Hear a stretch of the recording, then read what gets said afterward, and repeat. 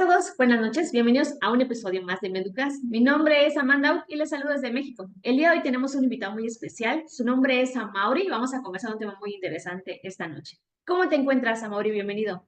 Hola, saludos Amanda, ¿cómo estás? Muy bien, gracias por la invitación y por la oportunidad de compartir con tu audiencia. Gracias, amigo.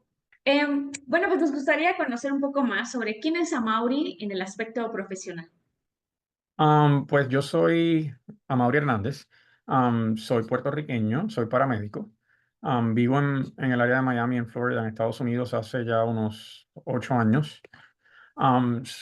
Soy paramédico hace 32 años y actualmente soy paramédico de vuelo de cuidado crítico y me desempeño como gerente en el programa de transporte de cuidado crítico neonatal y pediátrico del Hospital de Niños de Miami, también conocido como el Nicholas Children's Hospital.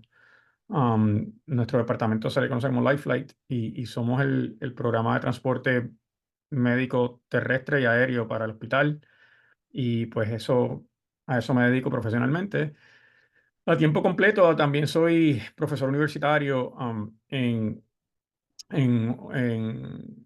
organizaciones educativas universitarias aquí en la Universidad de Miami y en otra universidad conocida como Western Governors University aquí en Estados Unidos, donde enseño Administración de Servicios de Salud. Muchísimas gracias. Pues, primero, gracias por tomarte el tiempo, por compartir con nosotros. Ujú. Y qué interesante, porque justamente queríamos conversar contigo un poco sobre la atención del paciente neonatal. Entonces, una de las preguntas que se me viene a la cabeza es los desafíos que enfrentas como profesional al momento de transportar a un paciente neonatal. ¿Cuáles son los desafíos que tú te has encontrado? Pues la neonatología es un nicho bien particular y bien especializado. En el caso mío como paramédico, pues no es un campo en donde los paramédicos nos desarrollamos comúnmente. Así que es un campo para mí interesantísimo y por el cual he tenido un interés especial por mucho tiempo. Pero pues es una población bien particular, con unas necesidades de salud bien particulares y que las atienden, por lo menos en donde yo practico. Y entiendo que en muchos lugares de Latinoamérica también los centros especializados para el tratamiento de esta población pues son limitados, ¿no? No todos los hospitales tienen la capacidad para atender recién nacidos críticamente enfermos. Y pues ahí es donde entra o ahí es donde estriba la importancia de los sistemas de transporte eh, a nivel secundario para pacientes recién nacidos. Y pues de acuerdo a sus necesidades, pues ahí salen los desafíos. Muchos de ellos pues están bien enfermos. Y pues es mucha la labor y son unos transportes bien intensos en términos de la labor que hay que realizar para poder estabilizar lo suficiente para poderlos transportar hacia nuestro hospital, que es hacia donde nosotros los traemos.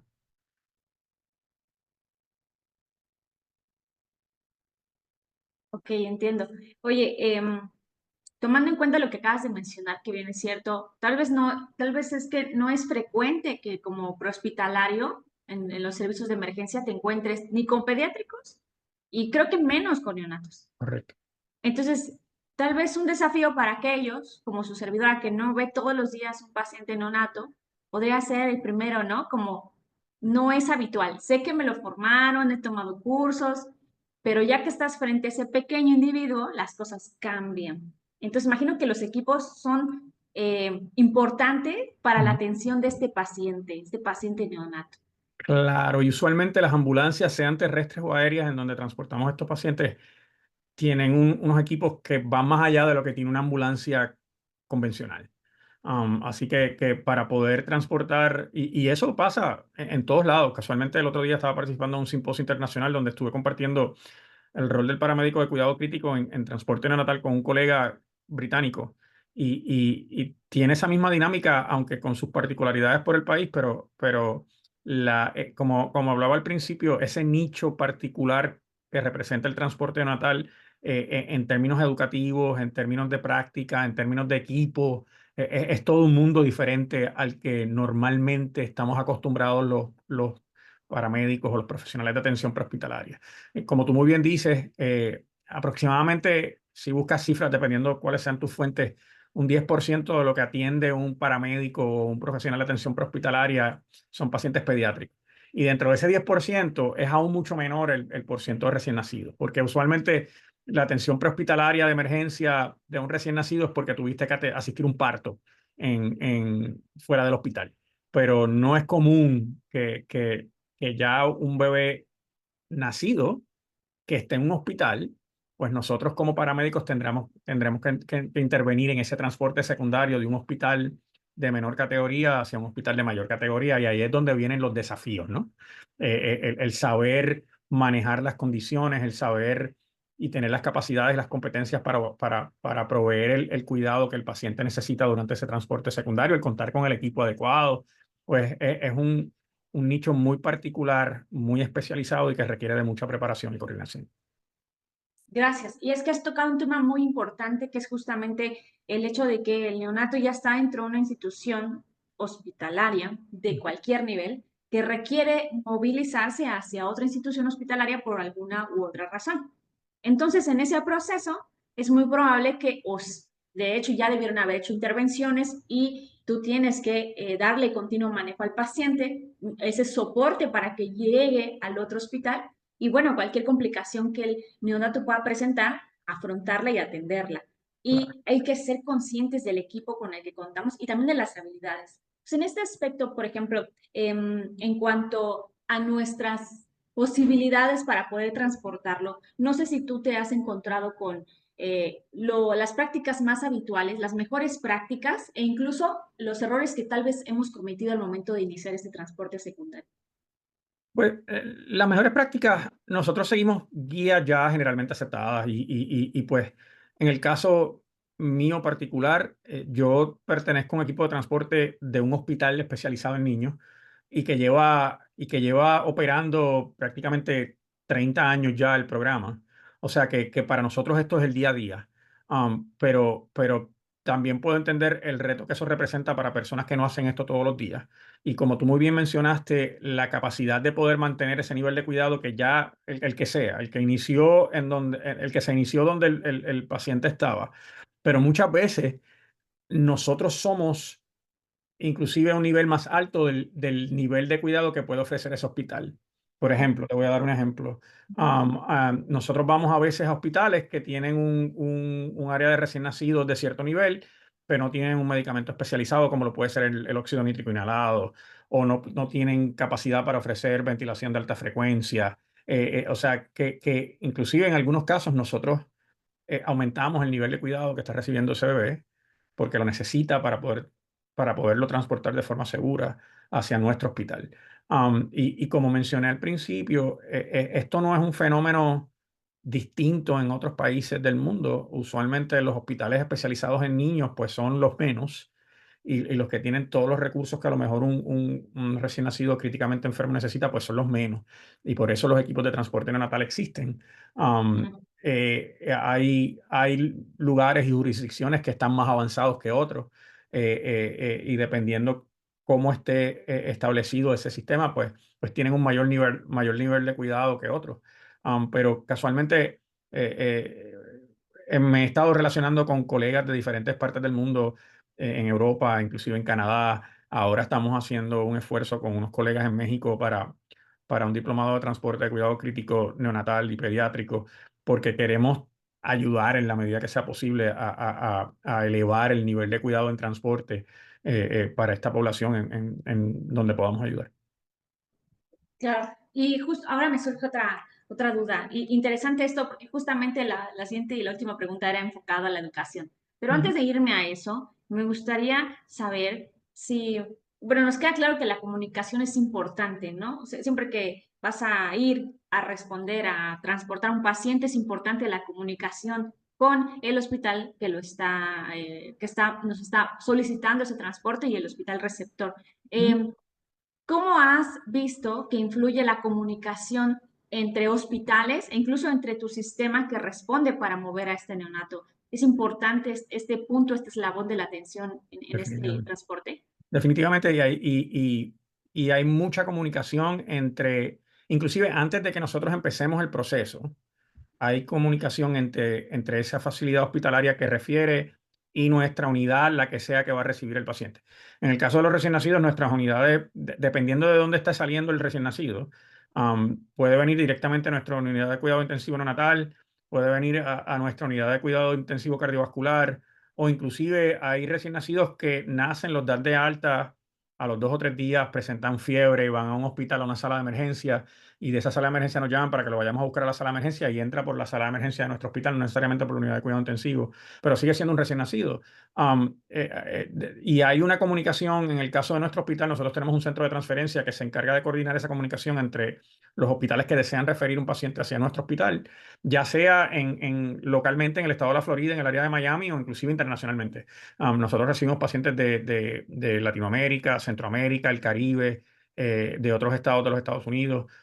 Y hay un centro de transferencia que se encarga de unir esa cosa, de enlazar esa comunicación entre el hospital o el médico que quiere referir el paciente y el médico en la unidad que va a recibir el paciente. Ahí hay un proceso de comunicación, de coordinación y de aceptación. Y una vez ese paciente queda aceptado a la unidad que lo vaya a recibir en nuestro hospital, nosotros entonces entramos en el proceso.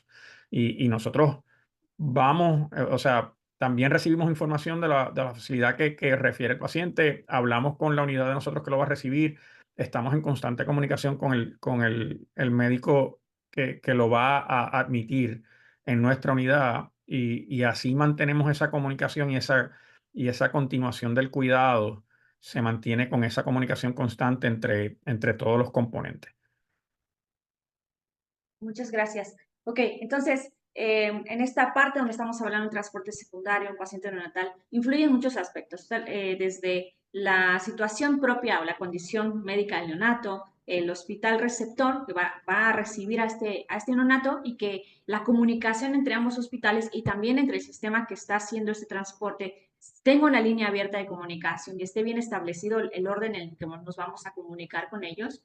Y por supuesto, las habilidades del proveedor que va a iniciar ese transporte, que esté correctamente entrenado, que tenga una formación en una especialidad en transporte neonatal, y el equipo de las unidades de emergencia. O sea, no movilizar a un neonato si no tenemos todos los recursos físicos para mantener esa estabilización que posiblemente ya se le brindó, y además mantenerlo en esas condiciones durante el trayecto al hospital, o incluso porque esto es inevitable. En algún momento, aún pese a nuestras mejores atenciones, podría tener una complicación y debemos ser resolutivos para atender a este paciente, Ujú, sí, ¿verdad? definitivamente. Sí, y en el caso nuestro, y, y no solamente en el caso nuestro, en todos los equipos de transporte neonatal que yo conozco que se especializan en esto, pues ese es el caso. Hay una combinación de unos equipos especializados, hay una combinación que los combinan con un personal capacitado en la especialidad de poder cuidar de recién nacidos críticamente enfermos y en el ambiente de transporte. Y eso unido a unas guías clínicas basadas en mejores prácticas de la medicina, en este caso de la neonatología, pues es lo que son los componentes que logran formar un equipo de transporte especializado en esto.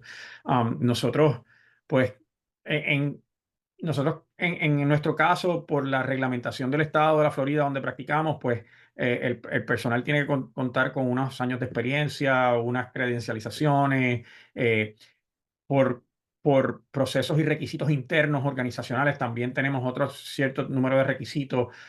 Continuamente tenemos que cumplir con unos adiestramientos y medir unas competencias y asegurar que todo el mundo tenga esas competencias y las mantenga.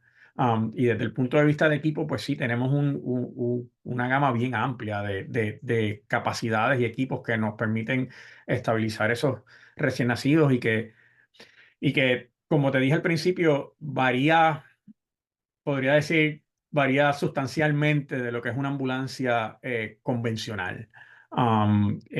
Empezando por las incubadoras de transporte, que tal vez es el componente primordial de un equipo de transporte neonatal, pero yendo a lo que son los ventiladores, porque no todos los ventiladores de transporte tienen la capacidad de ventilar neonatos, los diferentes modos de ventilación mecánica, así que necesitas más de un ventilador, las bombas de infusión,